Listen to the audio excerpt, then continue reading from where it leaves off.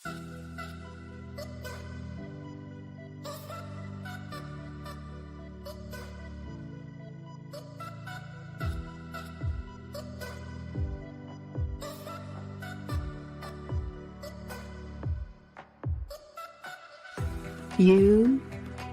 or someone you love is a high-achieving executive or entrepreneur.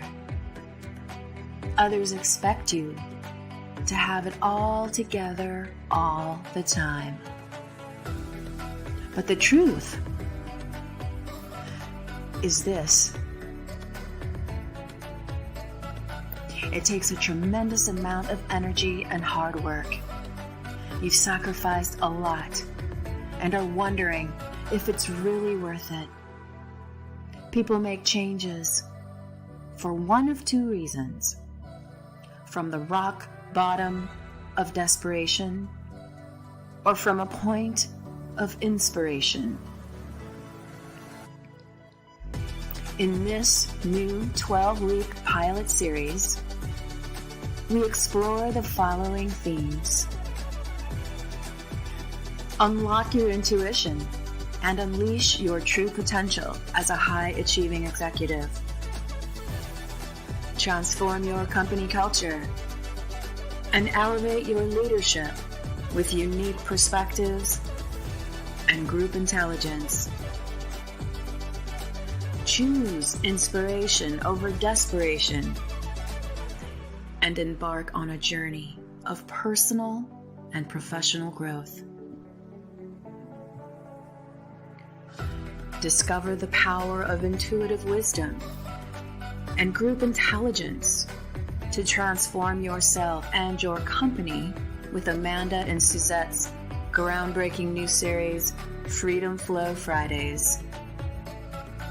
Amanda and Suzette are on a mission to support the transformation of executives and their companies, teaching them how to access intuitive wisdom and harness the power of group intelligence through embracing unique perspectives of individuality.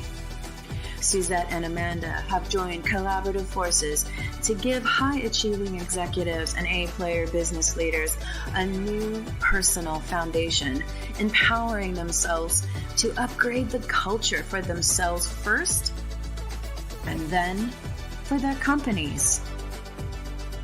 So be sure to join Amanda and Suzette every Friday morning, 8 a.m. PST, live on LinkedIn. And together we will unblock the flow of your freedom week by week.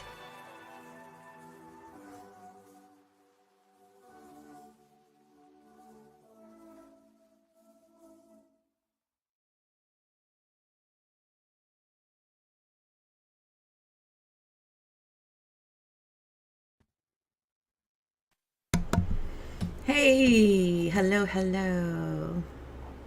Hello. Hey, Suzette. Hey, everyone. Suzette here with the lovely Amanda A. Carpenter, and you are here with us for episode number 8. Number 8. That means we have 4 more episodes in this experiment. And we've been talking about a lot of very important topics that we don't really see a lot of business shows cover. We really go deep on topics. And today we're going to cover the topic of growing pains.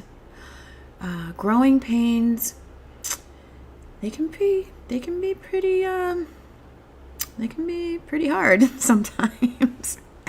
But before we get started, I'm wondering if Amanda would like to drop us into the heart and just go through that. Absolutely. Lovely, yeah. So everybody just takes a moment to put themselves right in the center of the chest area. So if you want to increase your energy, keep your eyes open. If you want to ground your energy, go ahead and close your eyes. And focus your attention right in the area of the center of the chest and the heart.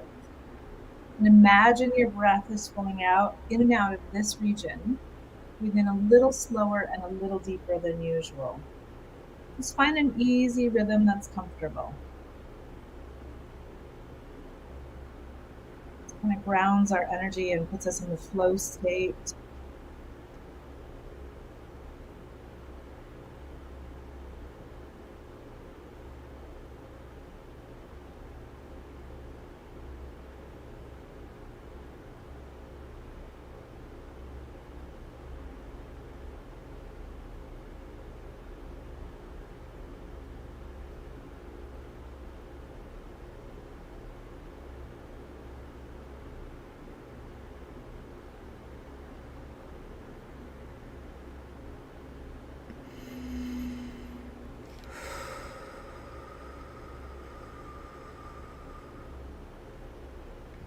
Thank you.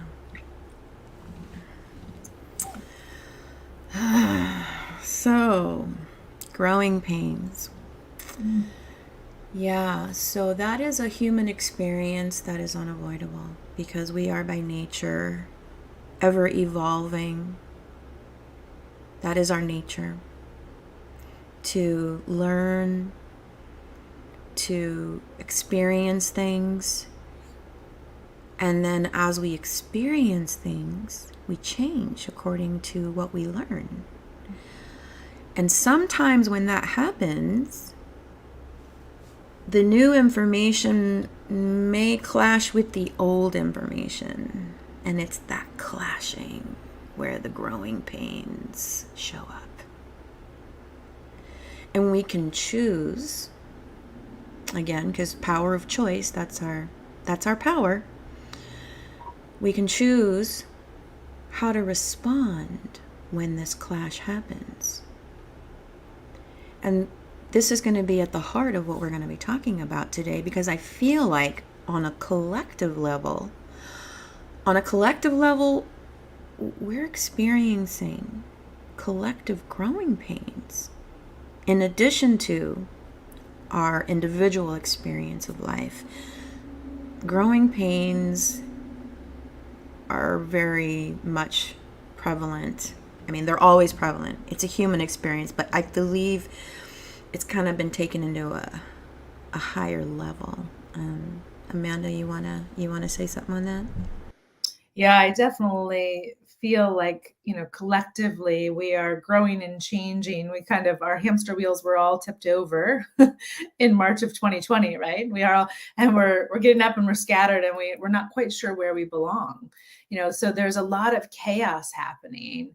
And we have a choice, as you always say, we have a choice in how we handle that chaos.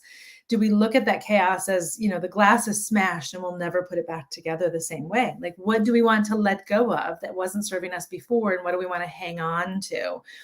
And that integration of the old and the new, like you just mentioned, that's where the growing pains are. And I forget who said it. I know Tony Robbins repeated it. I don't know if it was his original quote. If we're not growing, we're dying, right? And so growing, as you said, is part of that human evolution, but it isn't always comfortable. And if we think of the growth of a snake, when a snake sheds its skin, which is not a very comfortable thing, or if we look at the growth and the transformation of a caterpillar to a butterfly.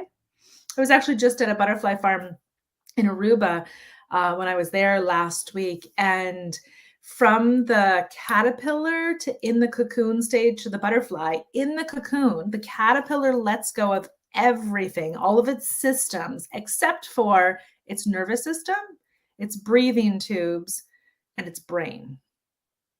Everything else is just jumbled chaos.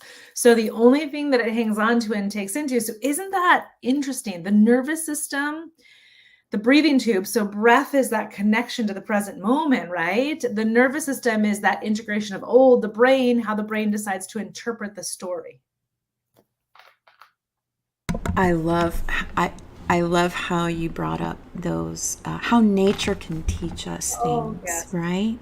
Like it's the caterpillar that turns into the butterfly. It's the dragonfly and how it starts its life. It starts its life submerged in water, and then it has to crawl through the mud for a period before it develops the wings to fly. And I heard it can fly as fast as like 60 miles an hour in the air. But to go from being fully submerged in water, and then have to go through life, part of its life, crawling through the mud before it develops its wings to take flight. I mean, nature teaches us so many wonderful things. Not only that, let's talk about the lotus flower, okay? That flower starts in the mud, and it has to grow through the mud to get to the surface so that it can finally bloom into this beautiful blossom. But it started off in the mud, and it had to grow through it and reach for the light. Okay? So I just love all these ways that can apply, because life sometimes feels like we're getting dragged through the mud. Sometimes it can feel like why even bother? Just give up. Just to give up on myself. Just give up, you know? But it's when we give up is when the really bad things happen. And the idea is to recognize that when we're learning and when we're growing, a natural process of evolution happens. And more often than not, that process is not comfortable, because growth requires us to move beyond the edges of our comfort zone. And a lot of us, it's human to not want to do that. Human nature fears change. And human nature is very uncomfortable with uncertainty, is very uncomfortable with things around them changing. And yet we can't stop that. The world will continue to change. We can't stop the world from changing.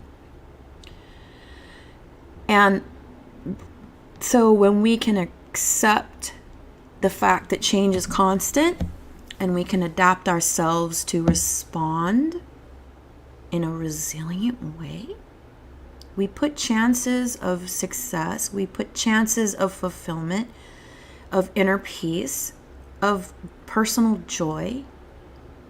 The power gets put back into our hands. But when we are externally defined and being defined from the outside in, and we're not anchored into that true self that's inside, I can speak to being externally defined. Speaking as a person who at one time I had my own struggles with why am I even alive? But it was when I found that internal definition that made me realize that this is the work I need to be in. Even though I'm in real estate, even though I got my start in real estate, I fell into this work, and this work is a calling. And for you, Amanda, as well, because you deal with crisis, you deal with high-level executives who are in crisis, and so you see that just because you're C-level doesn't mean you're not human. And Amanda, I want to go ahead and let you dovetail off with that one. Yeah. So as you just mentioned, that external definition, the world and society has defined, really, if we go back to the onset of the Industrial Revolution, has just defined like a certain level of success, based on a job title or, a paycheck and what you get at a paycheck. And so, at the onset of the Industrial Revolution, people exchanged their fulfillment and their purpose in life for a steady paycheck inside a factory, working in recycled air, breathing recycled air, and working under artificial lights, essentially.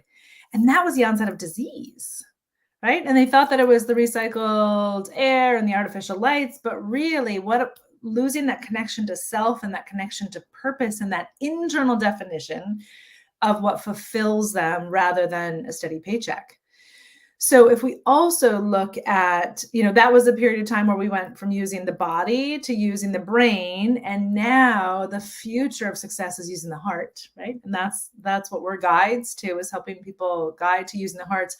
But a lot of people got real grounded into using the brain for success, and then that's been disrupted in the past few years. But let's take a step back too.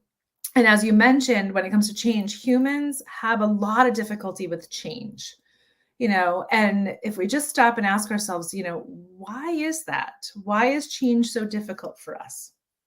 Well, one of the big keys is our operating system, our internal nervous system, operating system, the connection of the central nervous system and the peripheral autonomic nervous systems, everything integrated, formed between the ages of 0 and 8.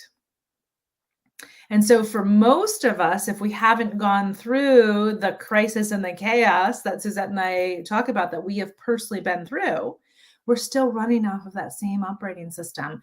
So everything gets judged. If it's not in alignment with that operating system from when we were conceived, really, to the age of 8, then it's not safe. It's perceived as not safe.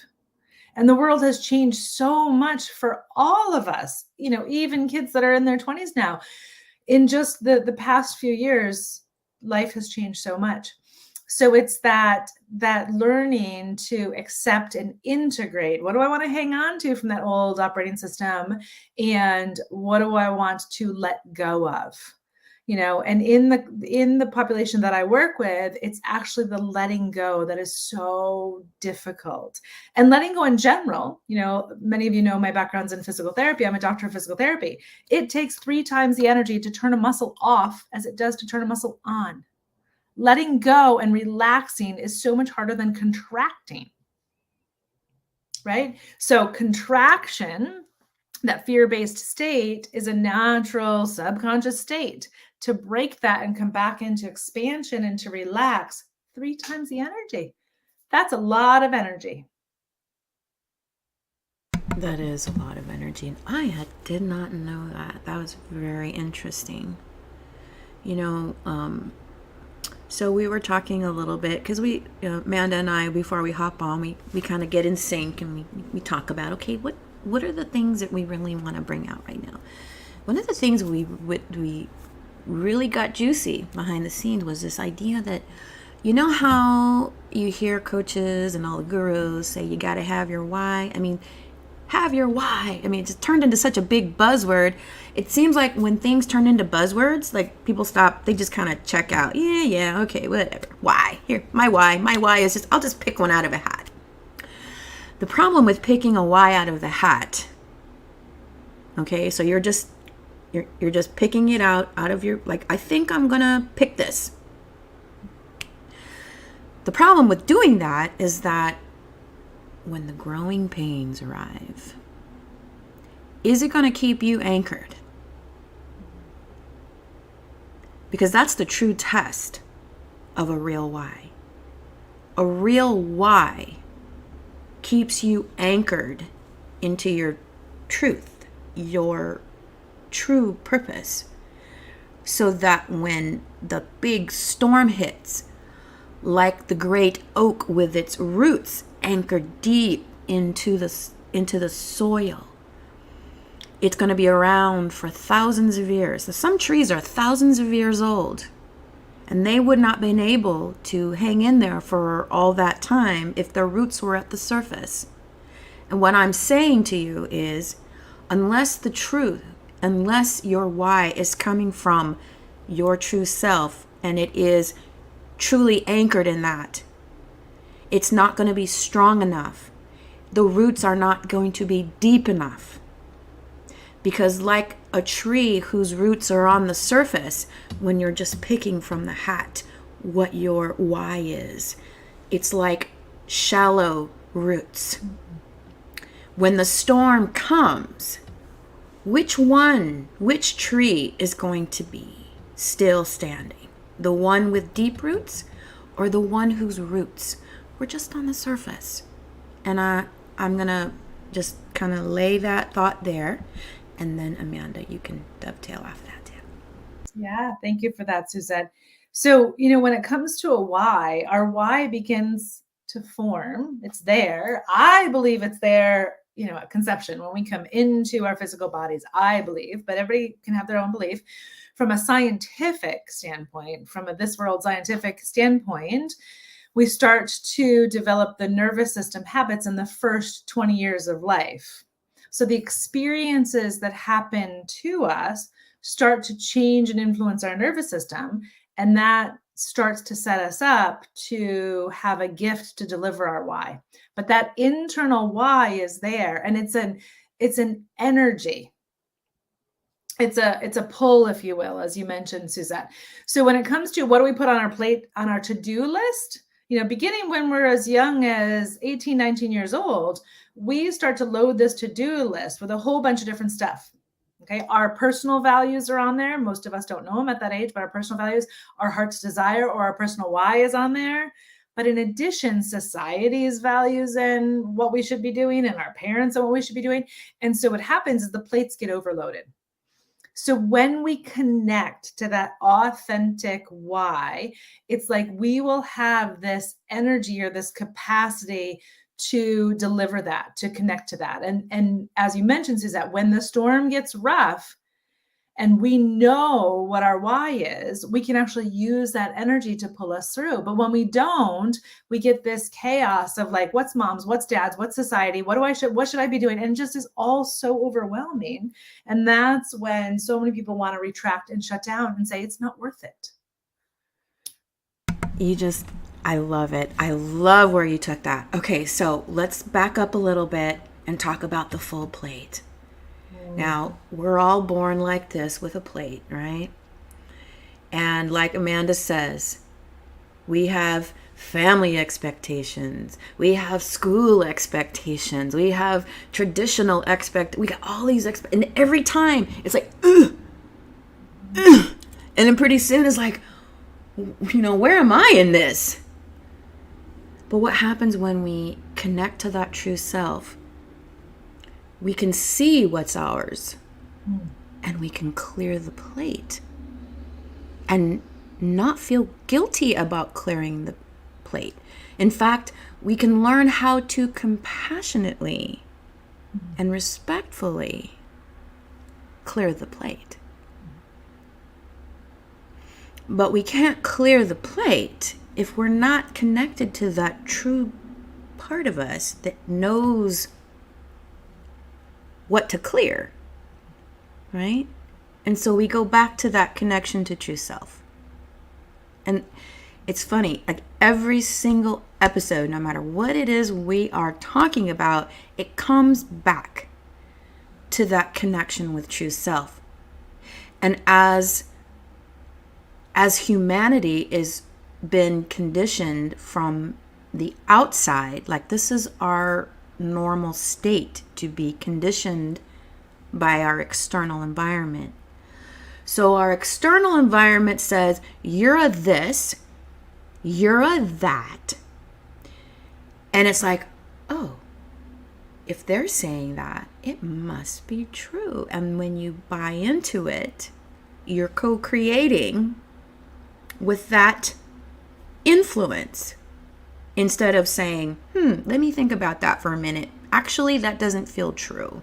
So I'm not going to align with that. I'm going to self-define. And that's what happens when we align with true self. Because here is where our true fulfillment is living. Our blueprint, just like what Amanda said. We're born with it. We really are. We inherit trauma. If you want to research epigenetics, you can look up Dr. Bruce Lipton. He's got a lot of information of how we are born.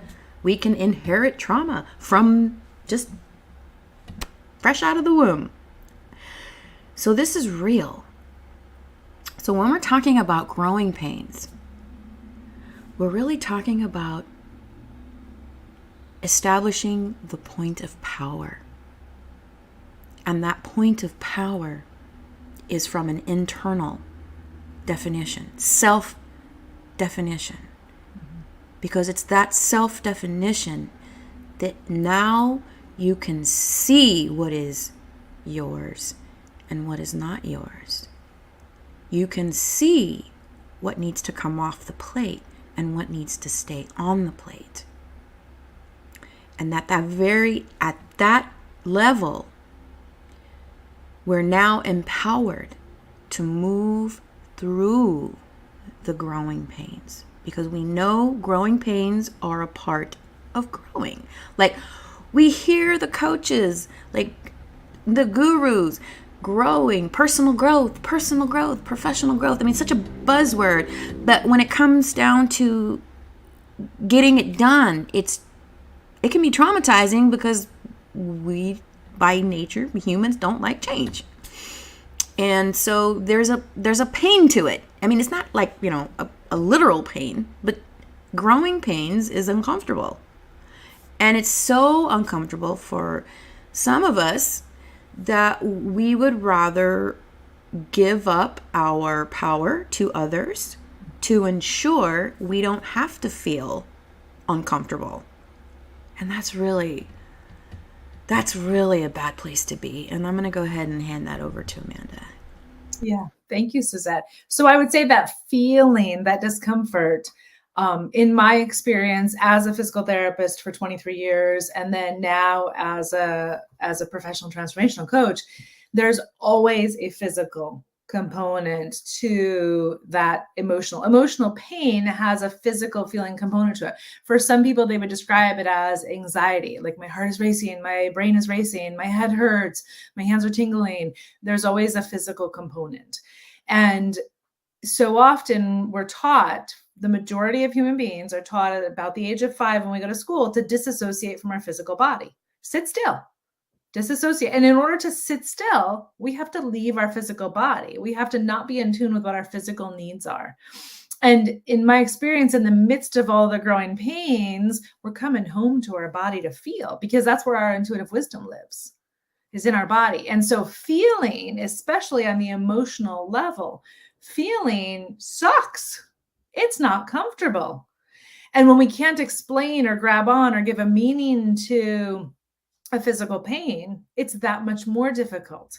In my journey in 2010, when I fell ill, I burnt out from the job that I was working, self-employed, had a staff that I felt that I needed to provide for and take care of, and just busy, got to make hay while the sun shines sort of thing. So I burnt out.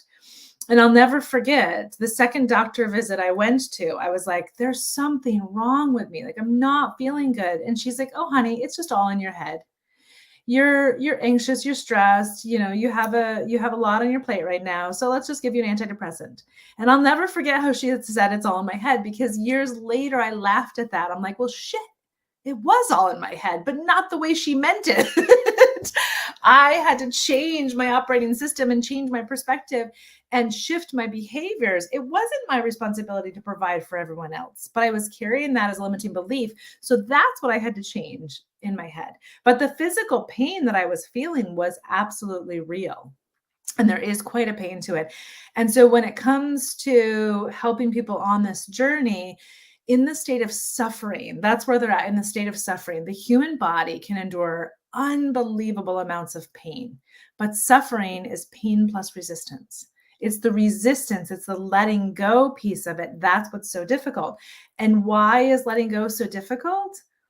In a way, just like the caterpillar to the chrysalis to the butterfly, it's a death of an old version of us, right? It's a death of an old version, but it's an integration of what do I want to keep from that experience. And once you've been through it once, the first time, and I don't know, Suzette, you can riff on this in a minute, the first time was the worst. And then since then, I'm like, shit, I'm in the chaos. I can phone a friend. I have so many amazing conscious friends to help me shift my perspective. And even though I know it, I'm like in the level 5 rapids being bounced all over. I've learned to surrender, because when I try to just fight and swim upstream, those level 5 rapids get me and I slam into everything. But when I just let go and let life take me through those rapids in a state of ease, transformation is now so much easier for me personally. No, for me too. I want to just kind of dovetail off that, because part of moving through growing pains is realizing that you're in them. Yeah. Because what really freed so before I was aware. I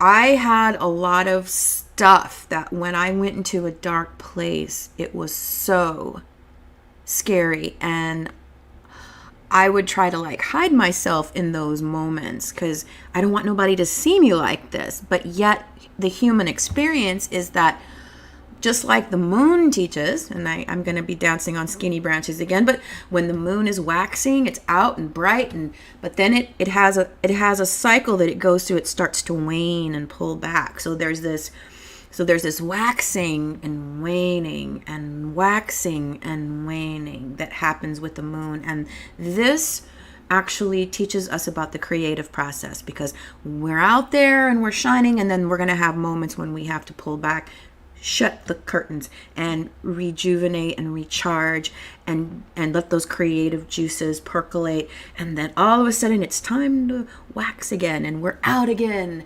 And then it's a cycle. It's a cycle. And so when we are experiencing growing pains, that is a good indication that we're in a waning mode. And what that means is when we go into that waning period, that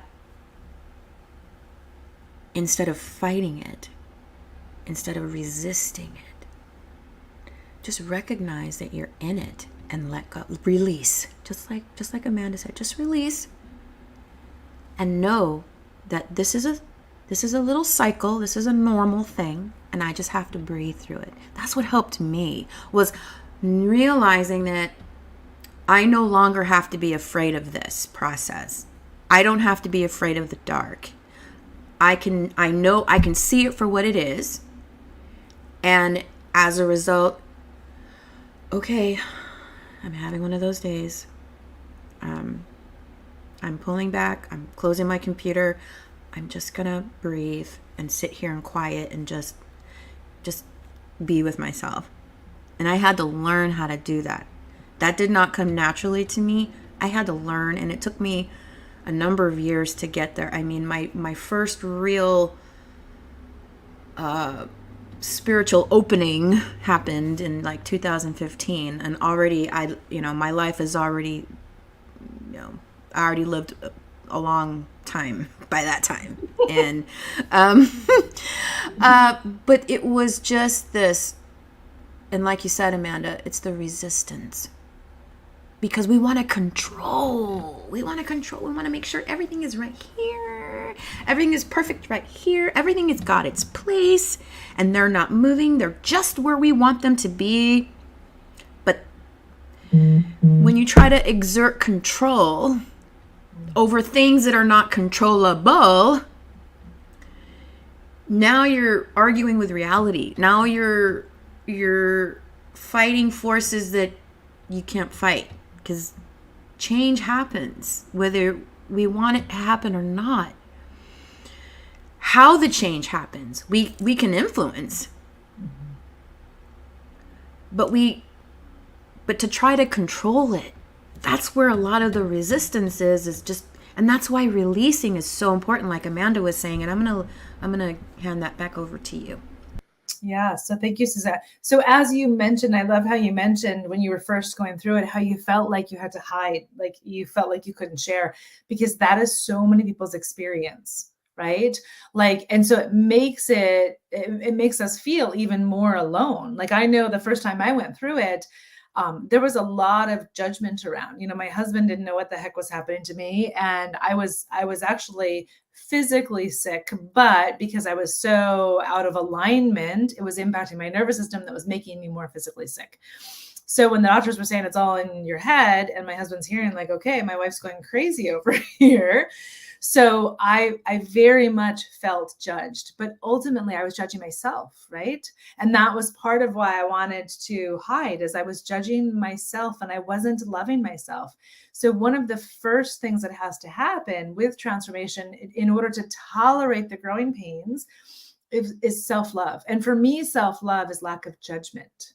Right? So that first time around was so painful because I wasn't loving myself and I was judging myself. And I was, I felt like I wasn't showing up the way that I wanted to show up.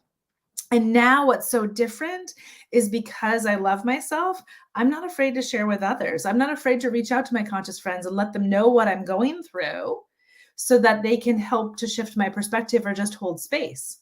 Right. So now I openly share it as opposed to the first time when I was closed down.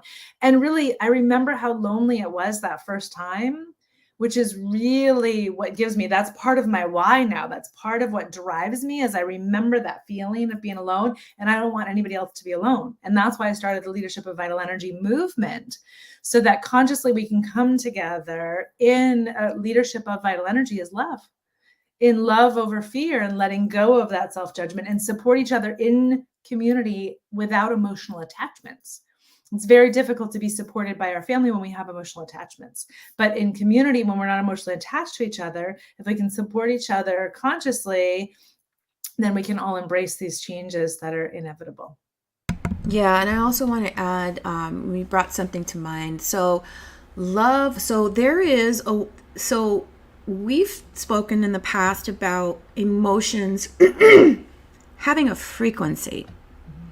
Quite literally, can be measured. And the closer to fear, the lower the vibration, the lower the frequency. The closer to love, the higher the frequency. And they've measured this.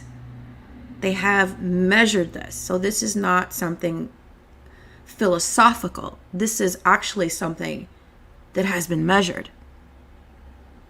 And so part of moving through growing pains is realizing that each time we go into that dark cycle where we're experiencing growth and therefore the discomfort of growth,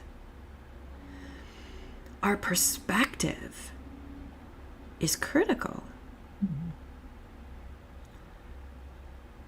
By just looking at it as what it is, there is an acceptance that we can arrive and just accept that this is a natural thing that's happening, and it's happening because change is happening. And the thing is, whether change is good or whether change is not good, it's going to be chaotic. So even if you are having a ton of success in your life, you've got to get that anchor in there, because it's going to be chaotic. And that's usually the space where mistakes can happen if we're not anchored into our true selves and being guided from that place so that we can discern what is ours and what is not. So I want to now apply this to business. Growing pains for our times. And what I want to specifically speak to is, the struggle between working at home and bringing workers into the office. Here's a very real example of a very big collective growing pain that's happening right now. And it's happening because this side over here wants this side to come back to the old way of doing things. And this side over here was like, hey, wait a minute. After 2 years, I'm realizing that there's a different way, and this is happening. This clashing, the new realization is clashing with the old way of doing things. And so there's this struggle happening. What I would like to invite is, this is an opportunity to perhaps, this is a signal that a new way is emerging, whether we want it to or not. So the question is not, how do we stop it? The question is, how do we embrace this so that it's good for everyone? Instead of a time-based model, why not a task-based model and give it a due date? Like there's ways to adapt, but if we're too preoccupied with getting our way, this side is just digging their heels in. I want to stay home and do work from home because the commute sucks. It's soul sucking. Blah, blah, blah, blah, blah.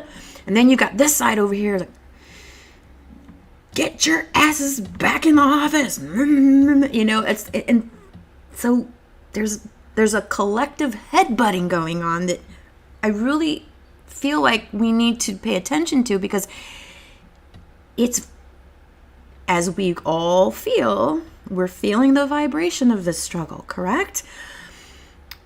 It's an opportunity. It's an opportunity to, where can we meet in the middle with this? Obviously, changes happen. Obviously, realities have changed. Ways of thinking have changed. Ways of being have changed.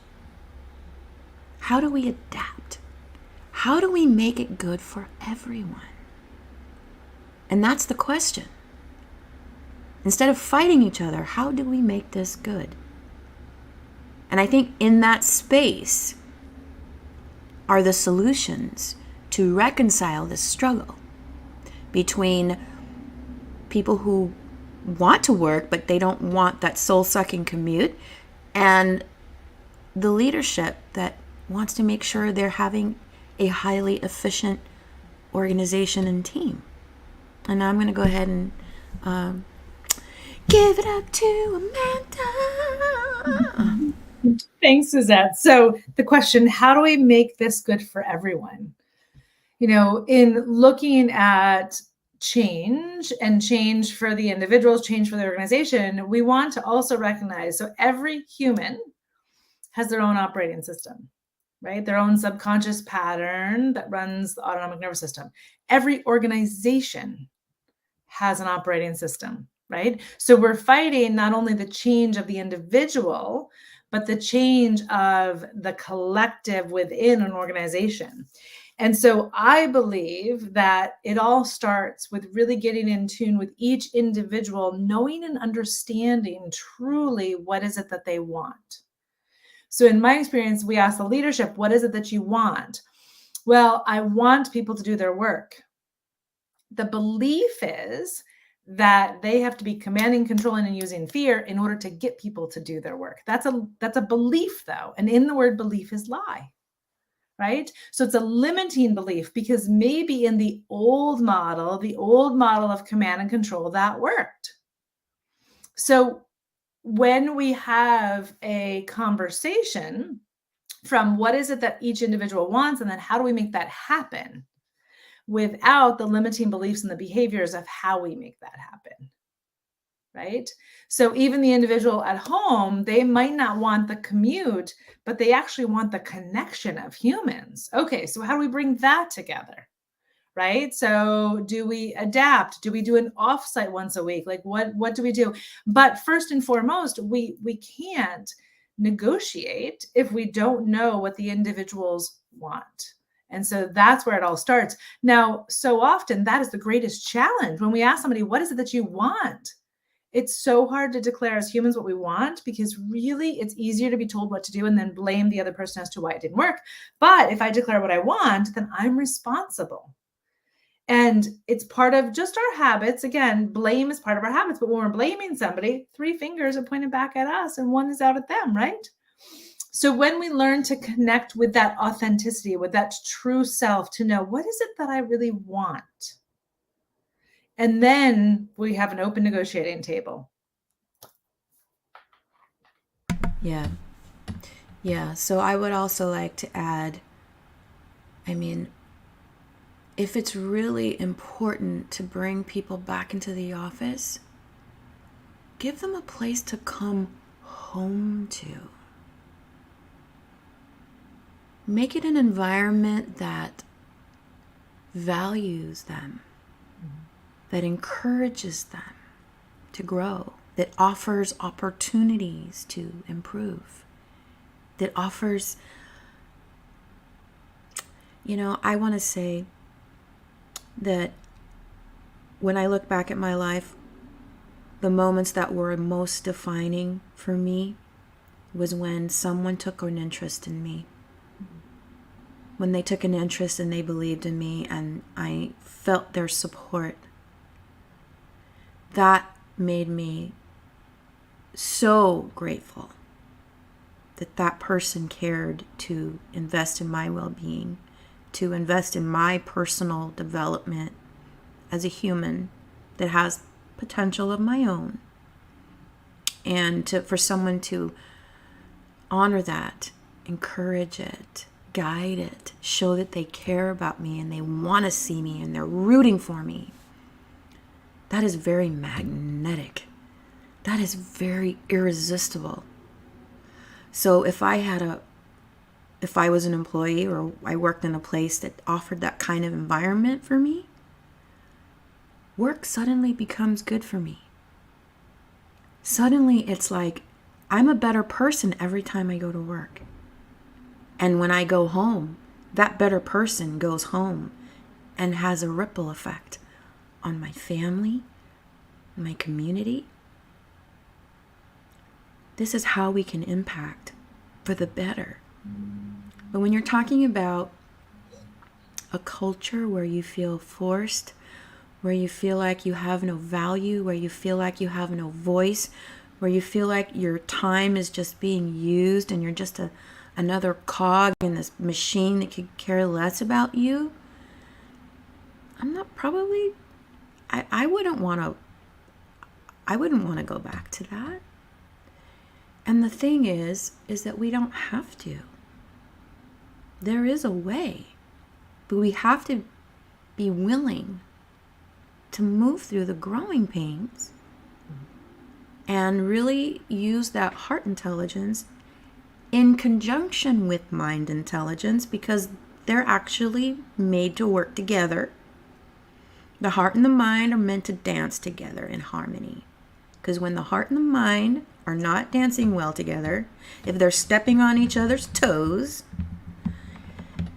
a lack of coherence is where a lot of mistakes get made. Because now we're making choices out of fear. And with fear comes resistance, which goes back to what Amanda was talking about earlier.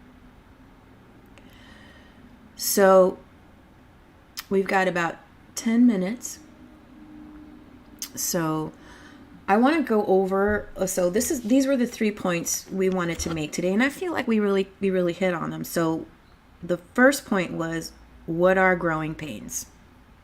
And I feel like we covered that. It's when new clashes with the old. And that tension in between is the growing pains. And how we choose to navigate them determines the outcome of the chaos. Because chaos is always messy. Point taken with the butterfly, who's only left with tubes before it starts to get its wings. Okay? And it's that fear of dissolving into just tubes that gets us like, I don't want to just be a bunch of tubes. I want my wings, but I want to bypass the tube part of it. I just want my wings. It doesn't work like that. We have to go from one state to another, and then there is an in-between where we have to just be tubes for a while. And by knowing that, realizing, instead of saying, oh my God, I'm just a bunch of tubes, to, oh my gosh, I'm just a bunch of tubes. That means I'm going to be having my wings soon. Yay! So it's like your perspective, right? It's everything. It's everything. So, and then the second point was, why do they happen? We covered that just now. 3, what can we do to embrace it for the better? I feel like we really hit on those points. Amanda, what do you think? I do think we did. And I love what you just said, because there is this excitement that I have in the midst of the chaos now. The chaos sucks, but it doesn't suck as bad as the first time. Like there is this like, I'm going through this and it sucks right now, but it's going to be better. Like I know that change is right around the corner. And clients always ask me like, how far is transformation away? Like sometimes transformation is 1 hour away. Right. And sometimes it's 1 week and sometimes it's 1 year, but the letting go and the trusting. And so now when I'm in the chaos, I'm like, get me out of here. And I fight with a different level of excitement to move myself through it. At the same time, letting go. And I want to say one thing too that came up. You mentioned the connection between the mind and the heart, which is so very important. So the heart gives us information that the mind then interprets. Well, you know what's in between the mind and the heart that people don't use enough of? The voice, the throat chakra. What is it that I want? And sharing from a place of authenticity. So you can stay inside and have this internal chaos between the mind and the heart. But when you start to open your mouth and share, it actually makes the road a much smoother one. Yeah. So growing pains are unavoidable. Everyone, they're unavoidable. Growing pains are a part of life. But it's how we navigate them that makes the difference. And as we've been, every theme that we cover every week, it always comes back to that connection with true self. Really does. And that includes the leadership of the companies who are struggling to bring their people back into the office. That there's a change. That is a sign that there is a change that's needed. And that change begins with the leadership, with the very top leader. And then from there, it ripples out to the rest of the organization. And that's the way for true sustainable change. Otherwise, if it doesn't start from the very top, it's not going to be a sustainable change. It's going to be for show. It's just going to be a checkbox. Your people are going to feel that and know that it's just for show. No one respects that. Mm-hmm. It can't be just for show. There has to be substance and meaning, like you really mean it. And so that's why the top leader, when they step into the work of doing their own inner work, this is where the root of transformation really, really begins. And that includes the struggle to bring workers back to the office. Give them an environment that is fertile for growth and supportive, and that values them as a human being with so much potential. Learn how to unlock that potential, and your organization will benefit. And not only will your organization benefit, but your people will benefit, and their families will benefit, and their communities will benefit, because every positive impact is like a stone that gets thrown in the water, and you see the ripples just going out. And this is very true. And I had a really interesting conversation earlier this week. Really, really awesome lady. And we were talking about this idea of, oh my gosh. There was so much that we said. I'm going to save that for another day. There's just too much there. But a lot of the stuff that we're talking about right now, she was like, wow. Like if everyone knew this. Oh, here's what I said. I said, imagine if 90% of humanity was coherent. How different this earth would feel. I mean, right now it's not even, it's like the other way around, and maybe not even that. It's probably less than 10%. I don't know how much of the population is coherent now, but it certainly is not 90%. But when I asked her that, it made her think. She's like, wow, I never even thought about that. And that's why I feel like as human beings, the highest, best, most impactful contribution we can make to the world is our own coherence. Yeah, I'm gonna let Amanda take that one. Absolutely. Being responsible for our emotional regulation and what we send out into this world. Right. So much. And again, percentage wise, it's interesting that you said that, because I do wonder, like, what percent is coherent? But from a percentage wise, there's a very large percent of the world that is in the victim mentality, that it's your responsibility to fix my emotional dysregulation. And we can support, we can increase the biofield around each other, but we cannot do the work for each other. And that's when it comes to transformation, even though I'm helping my clients through the process, I'm their guide on the side. I can't jump in their body and do the work for them. And there's no amount of money in this world that'll do the work that Suzette and I are talking about. It's the hard work that we have to do as human beings.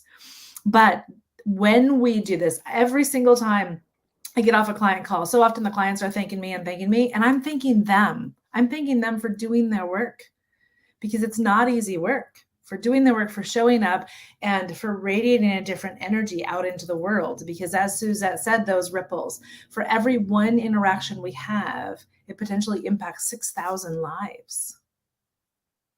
Right? So if we choose to show up, there's two root energies on this planet. There's love and there's fear. When we're in fear, we're contracted. When we're in love, we're expanded. So what if we shifted the planet to 90% being in love? The 10% that are in fear, we've got them. We've got them, right?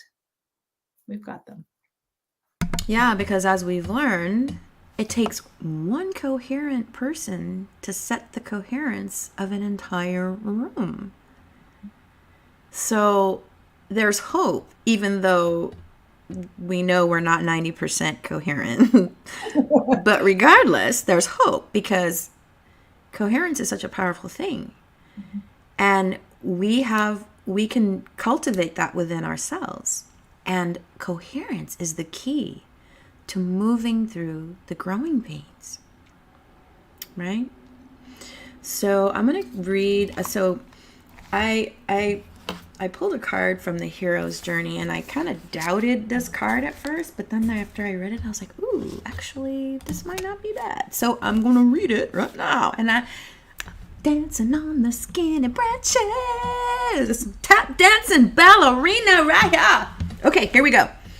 So I pulled from the Hero's Journey Dream Oracle by Kelly Sullivan Walden, artwork by Rizzoli, and I picked card 18, Knights of the Round Table, let their love lift you higher. And it reads, and it starts with a quote. It starts with a quote by Denzel Washington. Show me a successful individual, and I'll show you someone who didn't want for positive influences in his or her life. I don't care who you are or what you do for a living. If you do it well, I'm betting there was someone cheering you on and showing you the way. Denzel Washington. And the message is, envision the people you most admire, now and throughout history, seated at a round table with you and your life as their sole focus. Allow your personal Knights of the Round Table to offer guidance on your current circumstance, goals, and aspirations. Lean in on their strength, knowing it is a sign of courage, not weakness, to be buoyed by visible and invisible ones you love.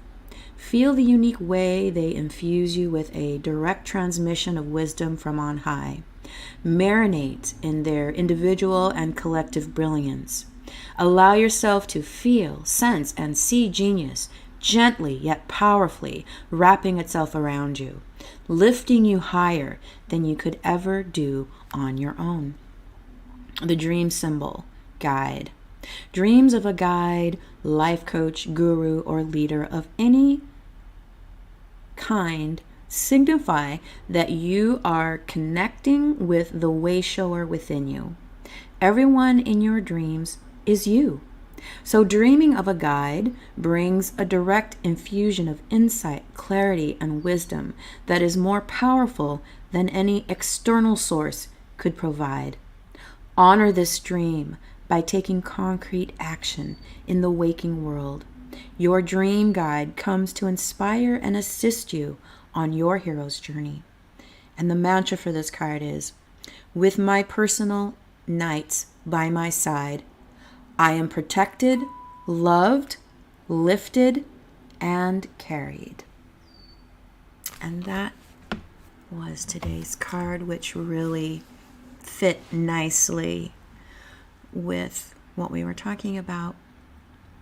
So here we are. Now we're down to the last 4 episodes. I hope everyone has found value in the content that Amanda and I have collaborated to bring you. And if you found value, please do check out the comments, because we will drop lots of goodies, gifts, free resources in the comments. Feel free to check it out, and also reach out to either myself or Amanda, and the resources in the comments will show you how you can do that.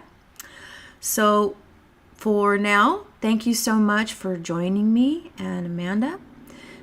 Again, this is Freedom Flow Fridays, where we're unblocking the flow of freedom week by week. Really enjoying this experiment. And anything you want to add to that, Amanda, before we close out? Thank you to everybody. And just remember, growing pains are difficult, but you're never alone. Reach out. We've got so many resources. We're here to help you.